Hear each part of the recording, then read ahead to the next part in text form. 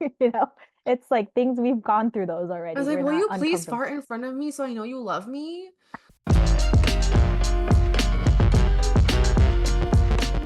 Welcome to another episode of the I'm Uncomfortable podcast, the podcast for people who want to be okay with being uncomfortable.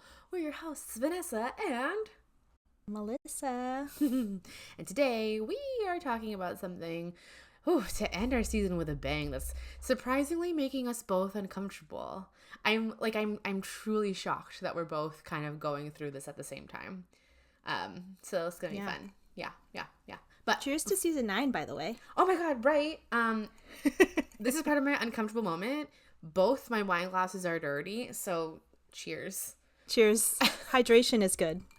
And to be quite frank, my tummy's a little upset, so that's part of my uncomfy moment. So this isn't wine. This is ginger ale. Melissa texted me and she was like, do you want to do a cute little like wine cheers to the end of the season? And I was like, yeah. And then she said, but actually like mine might have ginger ale because my tummy's hurting. And I was like, great. Mine will have water because I haven't hydrated all day. You know, classic. Priorities. At least we're being healthy. Yeah, I mean, ginger ale's healthy-ish. Water's the healthiest. It is. Anyways. It's all water, even coffee. What's your real uncomfortable moment? Well, initially when Melissa asked me, I was like, nothing. I don't have any uncomfortable moments. I'm You're so comfortable. Then as we were sitting here, I was like, wait, my suitcase is over there. It hasn't been unpacked since last weekend. My 2 wine glasses are sitting over here and they're both dirty. I don't really live here. So it's hard to like get like there's piles of laundry on my bed right now. Dude, okay, I just threw a load of laundry that I haven't done in like 2 weeks into the washer just now, just before we started recording, because I was like, let me at least try to multitask because I'm behind. Let me just try. So yeah, I just feel like I'm behind on a couple of things. It's fine, but like, like why can't You're feeling it. You're be feeling. done? Yeah. Why is the laundry never done? Why is there always more laundry? I don't understand. What? And then, okay, wait, but my other uncomfortable moment, because I have 2 and I have to share both. Ooh, bonus. I was going to my laser hair removal appointment yesterday. Had the day off. Yay. Thank you, veterans. And I go in there to get, my crispy chicken legs done. First of all, I was very uncomfortable with the smell afterwards. Like, it smelled like burnt skin. And I had to like wipe the aloe vera and like, what's it called? Anti-itch cream on myself. And then like, I like smelled my hands afterwards, like the mixture. It was like, ugh. And then, the lady at the front, okay, this is the discomfort. I don't know about you. I have such a hard time saying no when people are trying to sell me things. Like, I am your target customer. Like, you come up to me, you're like, buy this thing because of XYZ. Do I want it? No. Do I need it? No. But I feel bad that you're trying to sell it to me. So there's a high chance that I will buy it because I'm uncomfortable. And so I'm doing my best. She's hitting me with promotion, buy this, and we have this going on, and how about I put you on this VIP list for this event in December, blah blah blah. And I'm like, I'm trying to dodge. She's like, you want more services? You're on your second to last one. And I'm like, no, because it says you have to buy 8 and I don't need 8. I only need 1 more, I swear. Maybe, whatever.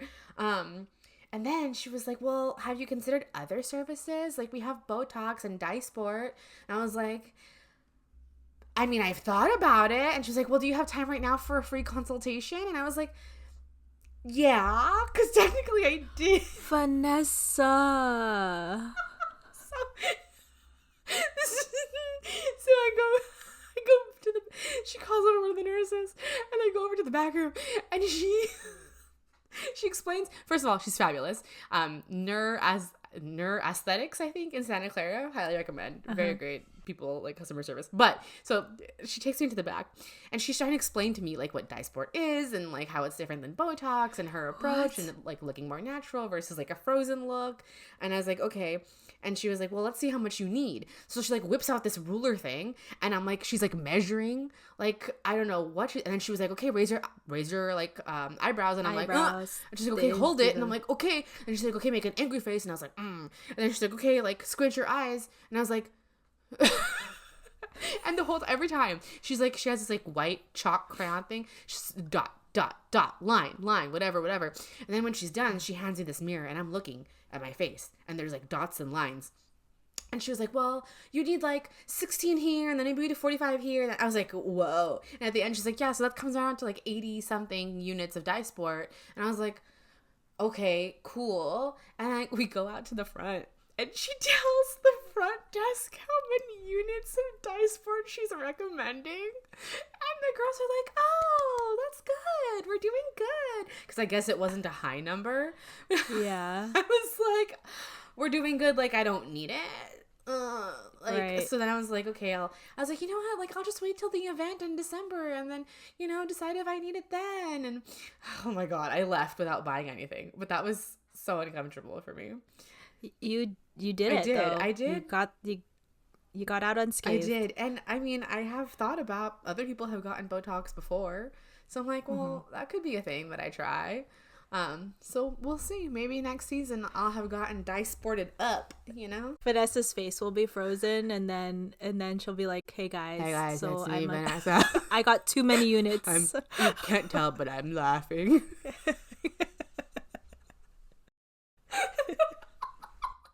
We'll have to get like a plastic surgeon or someone on the show. So if you're listening and you know someone or a nurse who does this, like injectables, please DM us because I would love to talk to somebody in the industry. I need to know. But anyways, so clearly I'm very uncomfortable. And you? And you too? And you? For me, my real uncomfortable moment, other than my tummy kind of hurting, is my brother actually got engaged recently. Yeah. And me being the planner that I am, helped, of course, put it together. And long story short, we didn't reserve because it's a public beach, but there was like this little semi-hidden beach in Newport, and we're like, this is the perfect location. There was like a cove and little rocks that like the family can hide behind while they do the whole thing. And so cute.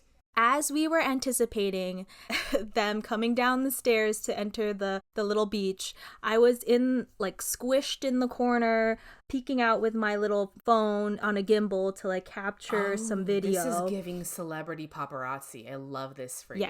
Yeah. Yes. Mm-hmm. My cousin, who's a professional photographer, was on the other side with his 2 cameras ready to go. We had another video camera set up on a tripod over by the setup. Anyways, it was a whole like production. Yeah. And of course, the beach was clear like the whole time we were pretty much setting up. But like the 5 minutes that we anticipate, because I have my brother's location on my phone so I could know when he was arriving. Of course, like the 5 minutes prior to them supposedly arriving, and I see that he's already in the parking lot and they're going to start heading over, a family comes down the stairs and I was like, oh, thinking it was them. And then they kept walking, and then they were kind of confused because they saw me and they saw my cousin and we had cameras, and then they were like, what's going on? No paparazzi, please. And mind you, it's supposed to be fall, right? But it's Southern California, right. And I'm at the beach, and I was thinking, oh, it's gonna be, I anticipated it being sunny, but it was freaking hot. And so I'm like squished behind this rock with the sun beating down on me with a little gimbal, and I'm like sweating, and these families are coming by, and this woman who was who I told was like, we're gonna do a proposal, like mouthing it to her, and she's like, oh, okay, I'll go over there. And so she's like moving, but then like 3 minutes later she decides, oh, I'm gonna just jump into the ocean right in the middle of this like shot. So she's like taking off her shirt and like in her bikini, like yeah, it was a whole thing. And it was just so funny because it's of course the reminder that the universe is like, some people just like have no respect. You literally told her, you were, girl, we are doing a proposal. You leave. If someone told me, like, hey, girl, we're doing a proposal, I would be so far out of the shot. Yeah. Close enough to watch. The family was but so far. Yes. Like, why would you even linger anywhere? That's so rude. I'm going to show you some of the video later. Is she in Vanessa, it? Well, she is in it. So I was trying to be like, I can't tell people to like leave, right? Because this is a public beach. Do what you want, but I'm telling you, if you are gonna sit right here, you're gonna be in the shot. And if, you know, just letting you know, we're gonna be doing a proposal in like 5 minutes. She and this other girl were like, oh, proposal. They walk all the way over to where the spot is, where we set up like all the whole thing. And they're like, oh. And I'm like, literally leave. Why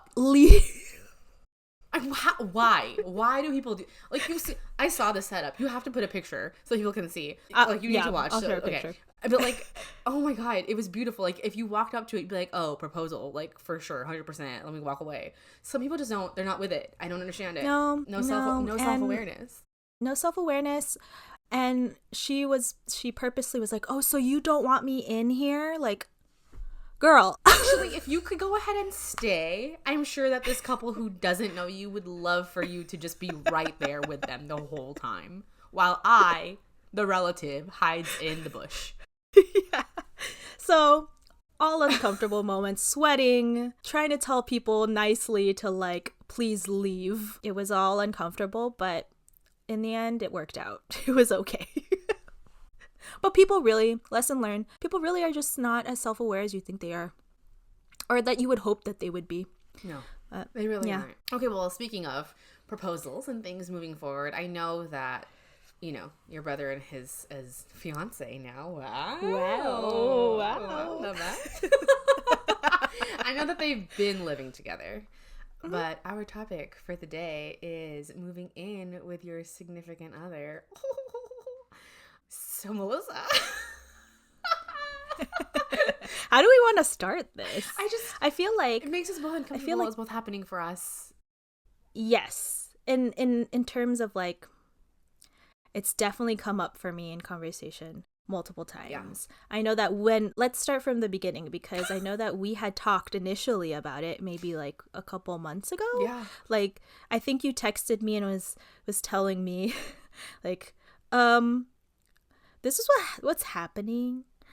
What would you were just very unsure if things were moving too fast, well, like if this was normal. Yes. So like I just remember responding and being like, oh my god, similar situations happening for me in terms of the thought or the idea of moving in together has come up now. It's so crazy. Have you ever lived with a significant other before?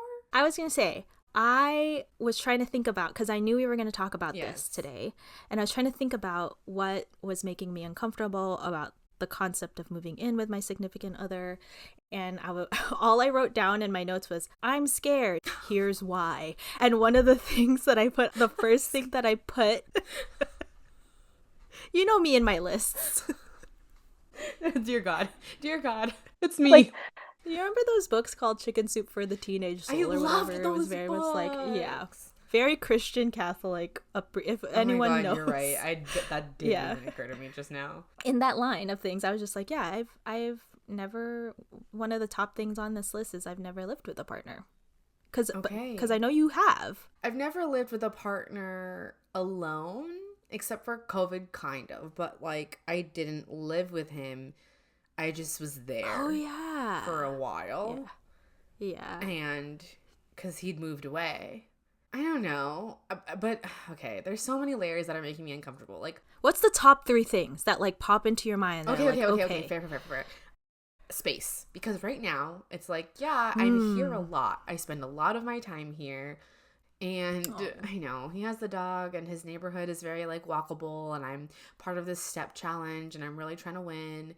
And so you're using his neighborhood a little bit.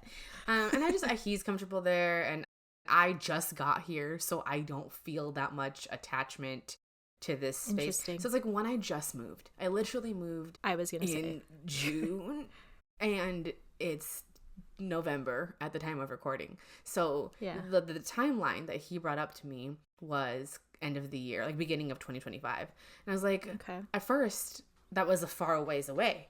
And so I was like, well, okay, that doesn't sound terrible. But the closer it's getting, the more I'm like, wait, like I don't really live here. Like I know a lot of my stuff. Like I have clothes there. because that just made more sense. But like my stuff isn't there. Boba isn't there. Like, you know, it's just different. You don't have to actually share the space with me yet. Not really. It's still your space. Yes. Can I add to that? Because similar. In preparation for this recording, I did have like a deeper conversation with my significant other just to be like, heads up, we're talking about this. Hey. Okay, cool. Here's some thoughts. Yeah, and in the conversations that we've had over time, like over the weeks, like from when he initially brought it up to now, a lot of the concerns that were coming up for me were the fact that I was like, one, have never lived with a partner, so I don't know, I've forgotten what it's like to share space or share a room, you know what I'm saying? You haven't lived with anyone in a long time. Yeah, for the past 8 years, I haven't lived anywhere else. That's wild I've to lived, me. Yeah, Incomprehensible. And it didn't really. I don't understand like at all. Yeah, and so all my stuff is here, literally all my stuff. And this is what I've been telling him like slowly over the weeks. I was like, I has stuff. I bring my little toiletries. I actually leave my toiletries over at his place. Yes. I have some clothes there. Yeah. I have like a pair of sandals and like one pair of sneakers. Yeah. But everything else I bring with me in my big old tote bag every time I go over there. You know what I'm saying? Yeah. I told him, I was like, I have like a dedicated space for my makeup. I have a dedicated space for my skincare. I have multiple drawers of clothes. I have shoes. Like, you don't, like, I don't think you realize stuff. You don't realize. I know. And I think, okay, there's also this aspect of like, we spend a lot of time together, but we don't spend all our time together. And I have not. So my partner lives at home also, but only with his dad. And they have separate wings of the house. So like there's not really any overlap, but there's the kitchen. And I'm like, what about my spices? What about my cute labeled, painstakingly organized spices? Where is that going? Because your spice drawer is crazy. And I just, my pots, my pans, I mean, I could say goodbye to them. I'm not attached, but it's just the stuff of it all. And where are we going to fit it? And I shouldn't even really be complaining because literally there's an empty room. So like this whole setup in here could go in there. And I might just get rid of the bed. Interesting. Okay. So like really it's not even that big of a deal, but it's the idea of it. Like when you look, there's my stuff. When you look again, there's more of my stuff. You know where everything is. And I know that you've recently moved, but you still know where everything generally is. And speaking of kitchen stuff, it's like I know where everything is in this kitchen to make baking, which I like to do and I enjoy doing, enjoyable and relaxing. And like I have my mixing bowls. I have like my preferred spatulas. I have my, you know. Everyone has their thing, and you have to like compromise on it. And it's just this idea of like, well, I don't want to bother like your dad, and like he's nice, but like he doesn't have to live with me yet. Right. You know, like he doesn't see any of my shit because all of it's gonna be in the room. Yeah, and I will say, I know we'll probably talk a little bit more of how we're making ourselves comfortable, but in reaction to me saying those things, maybe, hopefully, we'll get to that point. But in me expressing these concerns like throughout the weeks that we've been talking about it, he has very much reassured me. He's like, we will make space for you. We will adjust. This is part of like the compromise and like the shift, you know? And so I was just like, but are you I don't think you understand. Okay, like, it's so funny because mine said pretty much the same thing. Literally cleaned out, moved half of the stuff in his closet already months ago to like see how much space there was to work with and show me like, hey, look at all this stuff, like all this space. And like, yeah, all my clothes would fit there, but like you don't see it right now. You know, it's not really hanging there. I'm also uncomfortable about the fact that like he will fully see my home chaos.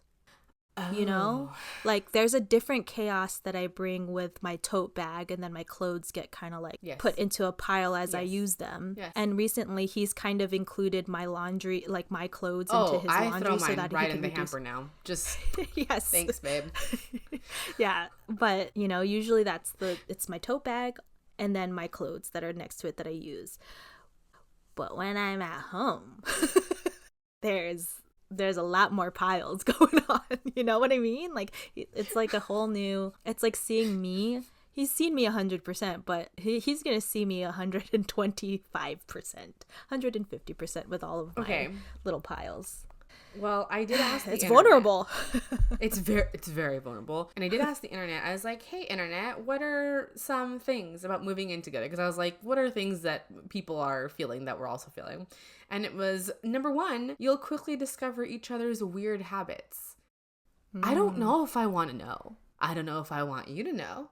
And then it makes me think, like, what am I hiding? Like, what am I not actively showing, or like what am I repressing? I don't know. I just recently got him to be okay with me talking about poop all the time. That wasn't a comfortable Really? conversation for. Yeah, I was like, listen, if you're gonna know me and really love me, we're talking about poop. Like, it's a struggle for me, and I need you to understand that. If I ever tell you I have to poop, we're not leaving. Like, the moment cannot pass me by. It might never return. We know this. But long-time listeners of the show know this. And like, I'm not shy about it, unlike my colon. So habits, I guess. I don't know. Is that a scary thing for you? I guess your piles. That's your home habits. No, I've stayed with him for like 4 days at a time, where like, of course, pooping is gonna come up. Of course, weird habits are gonna come up. Like, sometimes we gotta toot. You know, it's like things we've gone through those already. Please We're fart not in front of uncomfortable. me so I know you love me. If you don't fart, because that's quickly gonna go away. Like, let me live. Okay, number 2 is the great temperature battle. I don't know that this one affects me so much. I'm always cold, so that's pretty easy. No, I think we've figured that out.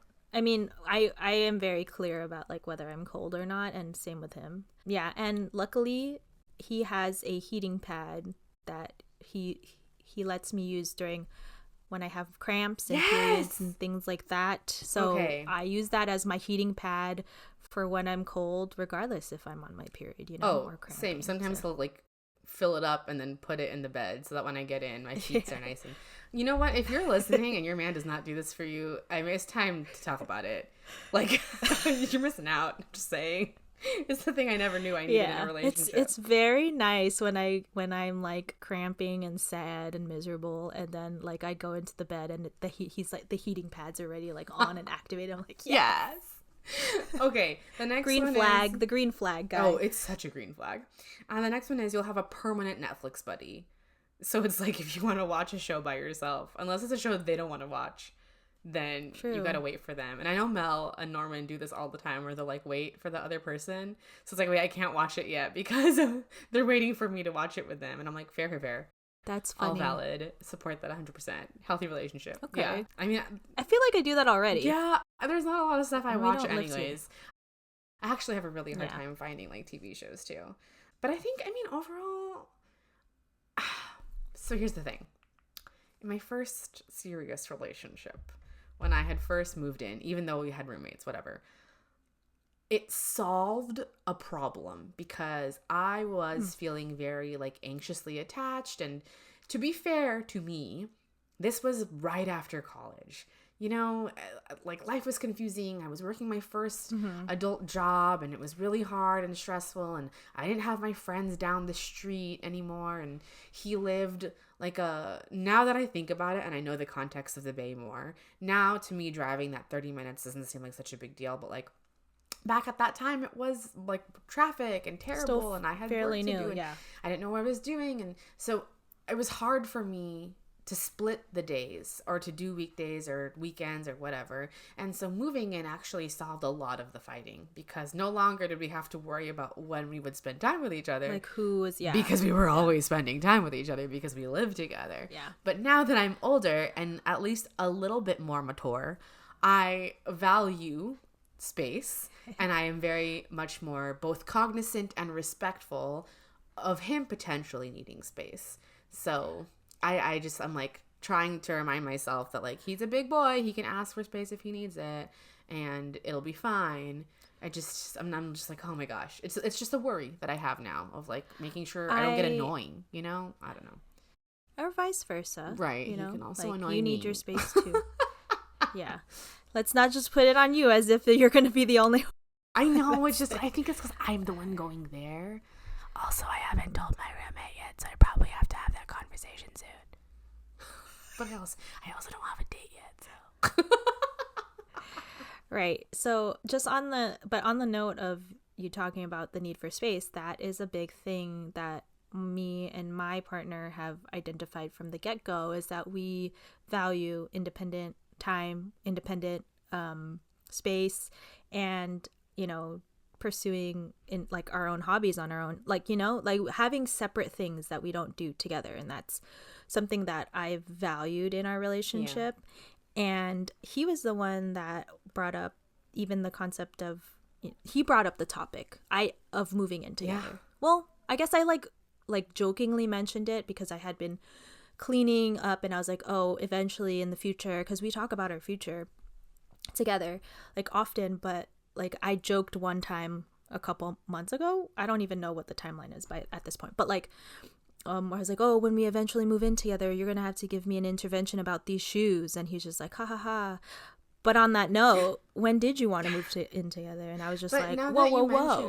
When were you looking to make that happen, actually? Yeah. And so like I was like, oh wow, yeah, it's really reassuring that he does see a future with me, that he wants to move in with me. All good things. These are it's reassuring. Things, yes. Yeah, but we definitely we've talked about wanting to identify like we love our individual time and our individual space. So it's something we're definitely going to need to figure out when that time happens, when we do move in together. And it's going to be an uncomfortable thing because currently now it's like when we're there's two rooms that we primarily spend time in. It's like the bedroom or like his office living room situation. Yeah. But like when thinking about like space, it's like, okay, when I move into this space, do I get my own space? Like, you know, like is there...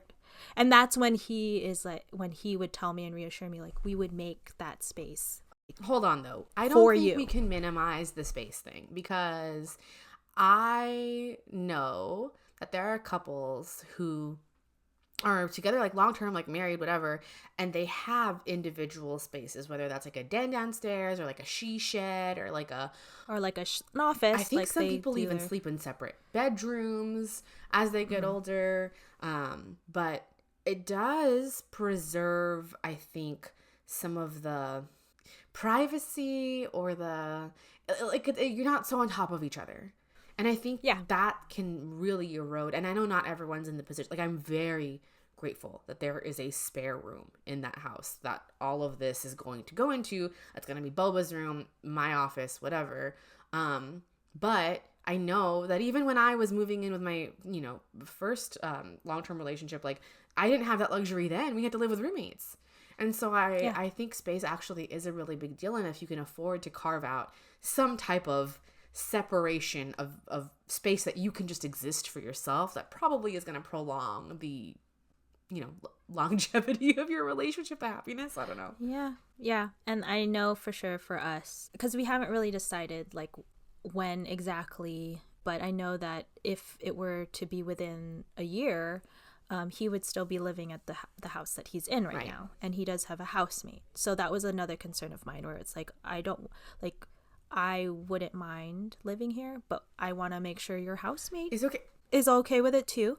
And also the space thing, like he has two rooms that is kind of like his, separate from his roommates, and of course they share like the kitchen, but one of them's the bedroom and one of them is the office / living room. So it's like there's not that spare room that you're talking about where it's like one. But there's a third room in my situation. So I'm like, I'm one of those people who wouldn't have that luxury. So it's like me being comfortable with or us being comfortable with like adjusting those two existing spaces and of course the bathroom, versus like in my head, I told him, I was like, in my head, when I thought of when the moment would come for me to move out, I thought I would be finding a space of my own. Right. And like being able to fill in a space of my own versus moving into a space that is already being lived in. Yeah. And he was like, that's understandable. Also, the idea of like, when it came to a point of me moving in with a partner, I always had imagined moving into a new, like a neutral space where it's like both of us, it's new for both of us. And and he offered, he was like, well, we can look. So talking about how to make it more comfortable, right? He offered, he said, we can look. We can put our budgets together. We can figure out how much both of us could afford in rent, but we could also just move into my current space. And then my personal rent would be slashed. So I was like, well, as cool as it would be to move into a new neutral shared space, it just feels stupid, I should say, for both of us to continue to spend money on a living space that's like not building any equity or whatever. And then we're just throwing more money away. It just feels dumb. Yeah. So there's that tension there. But one of my friends, I was talking to her about it, and she said, why don't you just tell yourself it's only for a year?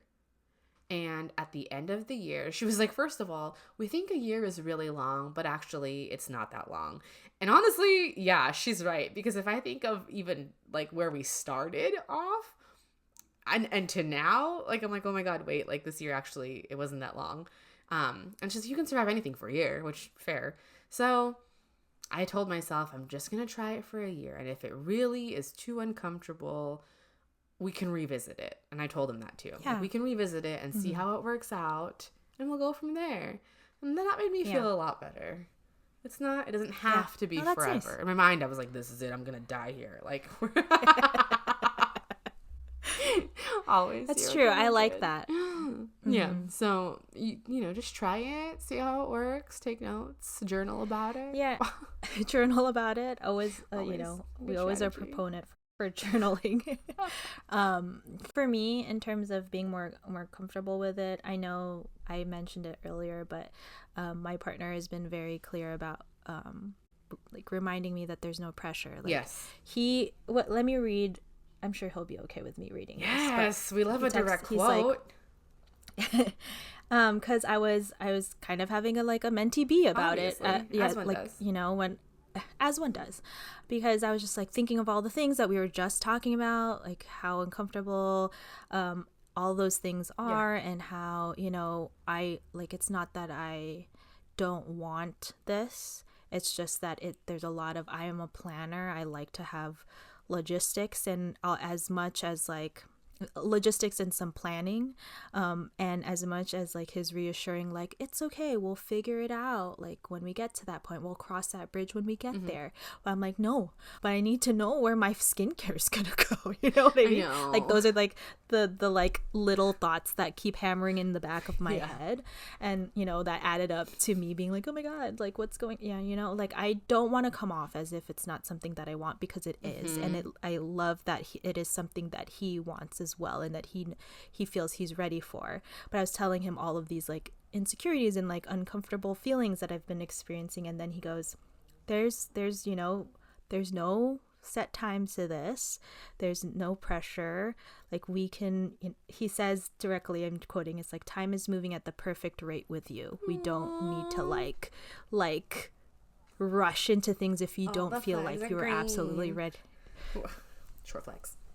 Never did it, but yeah, that made me feel a lot better, because he also proposed to me being like a logistics person. He's like, okay, well, let's see if we can even like, let's get through the hurdle of spending more than a week together. Like let's on our first trip where we're spending like a week or two together, let's see if we can even like, let's trial how we can manage the need for space from each other, that as like the baseline. And I was like, I like this plan, I like it. And so we're gonna use that kind of like as our little test run. Really love that. That's so smart. Yeah, so we could just see where our boundaries are, where we, you know, our limits are reached. And I was like, ooh, okay, so are we going to Hawaii then, like as our like trip? And he's like, no, we should go to somewhere like that where we need to like struggle and survive so we can really test the strength of our relationship. Ew. No. If you can't survive 2 weeks in paradise together, you're sure as hell not surviving 2 weeks in Long Beach, California. Like, but his argument was like anyone could enjoy themselves in paradise. You would think that, but there are enough horror stories on the internet that would prove otherwise. So nay. Have you seen White Lotus? No. I haven't actually. I'm late to the game, but I have been watching it, and they're in Hawaii, and they're all miserable. Which... Getting back to the point of it was that using that like a trip together, as like a barometer, okay, as like a barometer. That's a good word. To see where our limits lie. Yeah. Okay. Well, great. So if you're listening and you've already moved in with your significant other, please DM us. We're clearly not okay over here. We're excited but scared. So if you have tips, we'd love to share them. We'll post on our stories asking if people have suggestions about surviving with your significant other. Moving in with your thriving significant other. even. Yeah. Surviving and thriving. Surviving and thriving. We support each other here in the Uncomfortable Club. It's gonna be great. And this is the end of this season. What an uncomfy way to end. I can't wait to log back in and be a completely new woman. We'll see. I feel like this is a nice little bow at the end of this season because I feel like all of the topics that we've talked about and our mentions throughout the season of like our relationships, like blossoming, thriving in the way that they have. It's just so, it's like the end of a really good chapter in the book. Or the first book in the series, and then we're going to take a little break, and then we're going to come back with more uncomfortable things to talk about, I'm sure.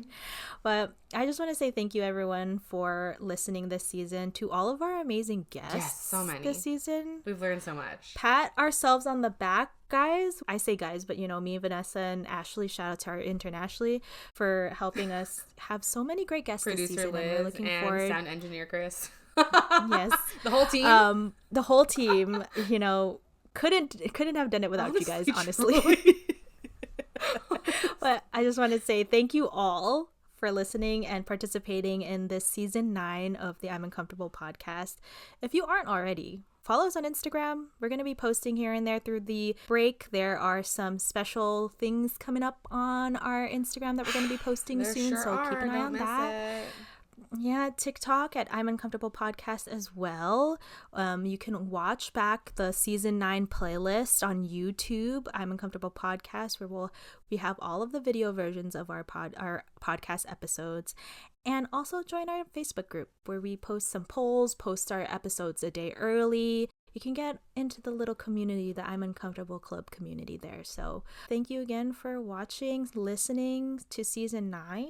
Wait. We're available wherever you get your... What did I miss? We are available wherever you get your podcasts, but also it will be time to go gift shopping when this episode airs. And so we will soon have our merch available for purchase. I'm plugging it here now as an accountability tool for myself. So excited for not only the giveaways that we're going to be doing, but also for you to be uncomfortable, literally. Well, you'll be very comfortable with the merch, but, rep how uncomfortable. So stay tuned for that. That's going to be wonderful.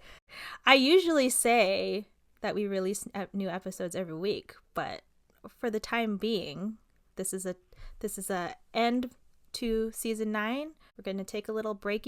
We'll release fun stuff in the meantime, but yeah, follow us on our platforms so you'll see some posts here and there through the break, but we will see you in season 10.